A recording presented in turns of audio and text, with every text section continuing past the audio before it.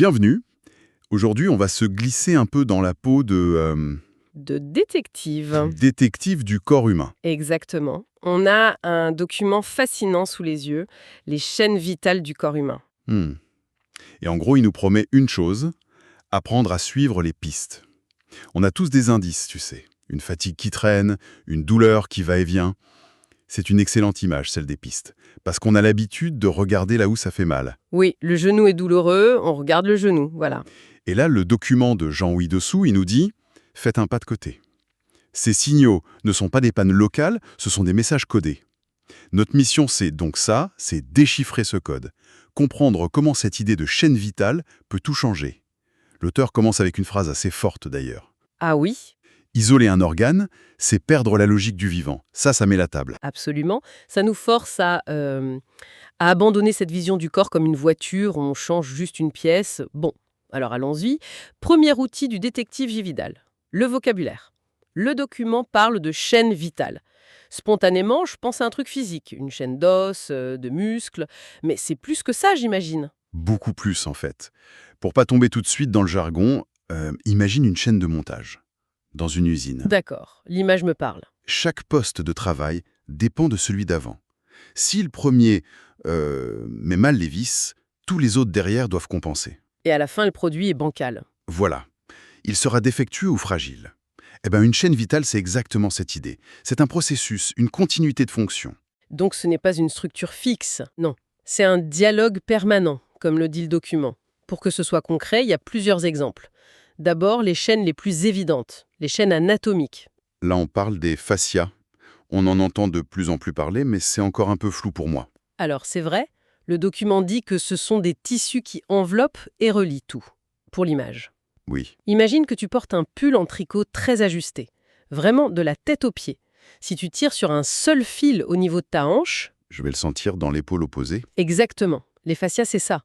C'est cette toile d'araignée interne qui fait que tout se tient. Une vieille entorse à la cheville peut, des années plus tard, créer des maux de tête. Ah oui, là, c'est très clair. L'image du pull, c'est parfait. Et les autres types de chaînes? Ensuite, il y a les chaînes biochimiques. La digestion, c'est l'exemple parfait. Ça commence dans la bouche, puis l'estomac, l'intestin. Chaque étape prépare la suivante. Voilà. Si l'estomac ne fait pas bien son travail, tout ce qui est en aval, le pancréas, l'intestin, ils sont surchargés, ils s'épuisent. Et puis il y a les chaînes nerveuses et hormonales. Ça, ce sont les réseaux de communication. Le fameux nerf vague, par exemple? Exactement. On le décrit souvent comme une autoroute entre l'intestin et le cerveau. Mais ce qui est fascinant, c'est que ce n'est pas une autoroute à sens unique. Ah bon? Environ 80% de l'information circule de l'intestin vers le cerveau. Attends, 80%? C'est énorme! Oui, ça veut dire que notre ventre passe beaucoup plus de temps à informer notre cerveau de son état que l'inverse. C'est pour ça qu'un ventre noué par le stress peut nous rendre anxieux. C'est le ventre qui parle à la tête. Incroyable. On pense toujours que c'est le cerveau qui commande tout. Bon, on a nos outils, on sait ce qu'est une chaîne. Maintenant, le document dit que ce système obéit à des lois. Oui, des règles universelles. Et en comprendre quelques-unes, c'est comme trouver la clé du code. La première, c'est la loi de compensation silencieuse. D'accord. L'idée est simple. Avant qu'un symptôme n'apparaisse, la douleur, la fatigue, le corps a déjà compensé, bricolé, trouvé des solutions. En silence, pendant des mois ou des années. Attends, donc, si je comprends bien, cette douleur au genou qui traîne là, Oui, ce n'est pas le début du problème, c'est peut-être la fin. Le moment où mon corps n'arrive plus à gérer un truc qui a commencé au niveau du pied il y a des années. c'est tout à fait ça. Ça change tout. Ça change toute la perspective. Le symptôme, ce n'est pas le début de l'histoire, c'est la fin du silence. Le document dit que c'est une alerte tardive pour l'esprit. Alerte tardive pour l'esprit, c'est puissant. Et la deuxième loi?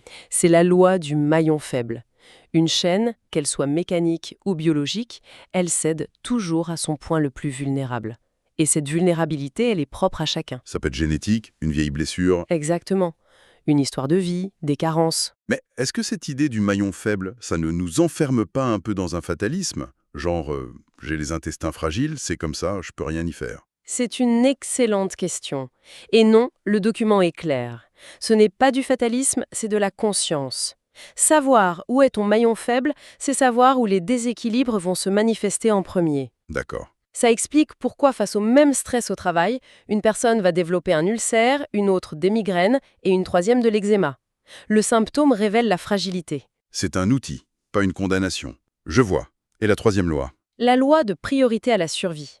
Le corps choisit toujours la solution qui lui permet de fonctionner à court terme, même si cette solution est coûteuse à long terme. Comme l'inflammation. L'exemple parfait. Une coupure, une infection, le corps déclenche une inflammation pour nettoyer. C'est vital.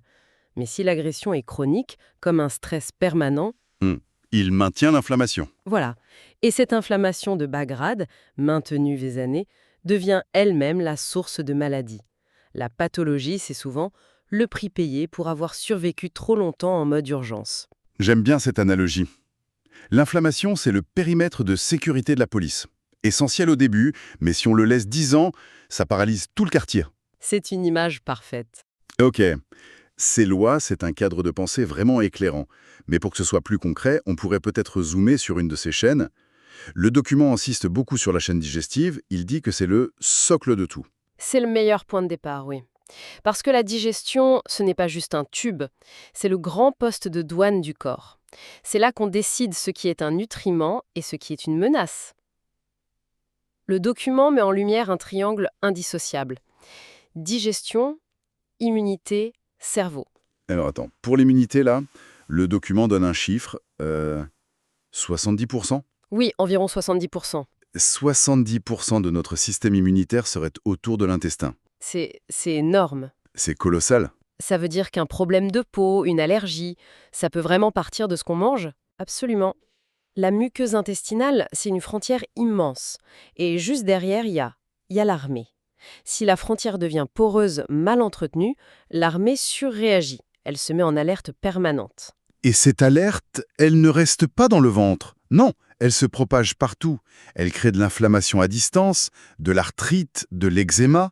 Le document a une formule choc pour ça. Ah oui, En gros, on ne soigne pas la peau dans la salle de bain, mais souvent dans la cuisine. Ça, c'est une pépite. Ça reste.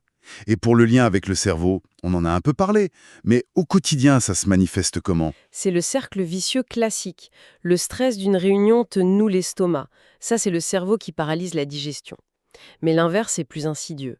Une digestion difficile, des fermentations, tout ça envoie via le nerf vague des signaux de désordre au cerveau. D'où l'importance des signaux qu'on banalise, comme les ballonnements ou la fatigue après le repas. Exactement. Ce ne sont pas juste des inconforts, ce sont des messages de détresse que la tour de contrôle digestive envoie à tout le système. D'accord. La chaîne digestive est donc un lieu physique, mais le document parle aussi de chaînes invisibles, comme la chaîne inflammatoire ou la chaîne insulinique. Là, c'est plus abstrait. Ce sont des chaînes fonctionnelles, oui. Pour l'inflammation, il faut distinguer l'inflammation aiguë, la coupure qui guérit, et l'inflammation chronique de bas grade. Le bruit de fond. C'est ça, le bruit de fond permanent. Elle ne fait pas mal, elle est invisible, mais elle épuise les ressources du corps, jour après jour. Elle est alimentée par le stress, le manque de sommeil, l'alimentation transformée. C'est la braise qui couve sous la cendre. Et pour la chaîne insulinique, on pense diabète, mais j'imagine que là aussi le problème commence bien avant. Bien avant. Le diabète, c'est le dernier acte. Le document insiste sur la très longue phase qui précède, l'hyperinsulinémie silencieuse. L'hyper quoi? Hyperinsulinémie. Trop d'insuline tout le temps. Quand on mange du sucre, le pancréas libère de l'insuline pour le faire entrer dans les cellules. Mais si on en mange trop souvent, les cellules deviennent sourdes à l'insuline. La résistance à l'insuline. Exactement. Du coup, pour se faire entendre, le pancréas crie encore plus fort, il produit encore plus d'insuline. Pendant des années, la glycémie reste normale, mais au prix d'un taux d'insuline qui explose. Attends, quels sont les signaux de cette phase? Parce que si la prise de sang est normale, on pense que tout va bien. Les signaux sont incroyablement communs. Ce sont les fringales de sucre, 1 ou 2 heures après avoir mangé. C'est cette prise de poids tenace autour du ventre. Et surtout, Oui. ce fameux coup de barre de 14 heures, la somnolence après le déjeuner. Alors là, tu touches une corde sensible. Ce coup de barre que tout le monde met sur le compte d'une mauvaise nuit, tu es en train de dire que c'est un cri d'alarme de notre métabolisme. C'est exactement ça. Le document le formule ainsi. Le danger n'est pas le sucre ponctuel, mais l'urgence métabolique permanente. Le corps passe sa journée à gérer des crises et ça l'épuise. D'accord. On a identifié les suspects, on comprend leur méthode. La question qui brûle les lèvres, c'est qu'est-ce qu'on fait? L'approche, c'est un changement de paradigme. Elle est résumée en 3 mots. Réparer sans agresser. Réparer sans agresser. L'idée, c'est que le corps a une intelligence de réparation phénoménale. Il n'a pas besoin qu'on le force ou qu'on le combatte. Il a surtout besoin qu'on arrête de l'agresser. Arrêter de l'agresser. Bon, c'est une belle idée, mais c'est un peu plus facile à dire qu'à faire, non? Bien sûr. Quand on parle de retirer le stress, le manque de sommeil, c'est la vie de beaucoup de monde, ça. C'est réaliste. C'est la critique la plus juste. Mais le document n'est pas utopique. Il ne s'agit pas d'atteindre la perfection zen. Il s'agit de faire pencher la balance. Le principe clé, c'est que l'action la plus puissante, c'est souvent de retirer une agression avant même d'ajouter une solution. D'accord. Donne-moi un exemple. Avant de chercher la plante miracle pour la digestion, est-ce qu'on peut juste arrêter de manger devant un écran en mastiquant bien? Avant de chercher le super aliment pour l'énergie, est-ce qu'on peut s'accorder 15 minutes de sommeil en plus? On allège la charge sur le système. C'est une question de priorité, en fait. Et pour les leviers d'action positifs, pour soutenir le corps. Il y en a 2 qui sont universels. Le premier, c'est de voir l'alimentation comme un langage. Chaque repas est un message. Un repas simple, coloré, pris dans le calme, c'est un message de sécurité. Un repas ultra transformé, mangé en vitesse, c'est un signal de chaos. La question n'est pas que quoi manger, mais comment. Et le deuxième levier, Le sport intense? pas du tout. Au contraire. Le deuxième levier, c'est le mouvement et la respiration, mais vu comme des actes de régulation, pas de performance. C'est-à-dire, une simple marche après le repas améliore la sensibilité à l'insuline. C'est un acte métabolique puissant. 5 minutes de respiration lente et profonde calment le système nerveux. Ce ne sont pas des gadgets, ce sont des outils physiologiques fondamentaux. Si je synthétise, on a commencé en cherchant un coupable, et on découvre que le corps n'est pas une machine qui tombe en panne, c'est un allié qui s'adapte jusqu'à l'épuisement. Les symptômes, ce ne sont pas des ennemis à faire taire. Ce sont de messagers, un peu essoufflés, qui nous disent « Je n'en peux plus de compenser, aide-moi ». C'est la conclusion la plus juste. Passer du combat contre le symptôme à la coopération avec le système. C'est remplacer la frustration par l'écoute. Ça redonne énormément de pouvoir d'agir, je trouve. Totalement. Et d'ailleurs, pour finir, le document nous laisse avec une question. Une question qui change tout, je trouve. Ah oui, Il nous invite à retrouver l'intelligence du corps. Au lieu de se demander comment je répare ce qui est cassé, la vraie question serait peut-être quelle surcharge, quel bruit de fond empêche mon corps de faire son travail et de se réparer lui-même. Ah oui, c'est bien. Et rien que de se poser cette question-là, ça change toute la perspective. Ça nous redonne la main. On agit avec le corps et enfin plus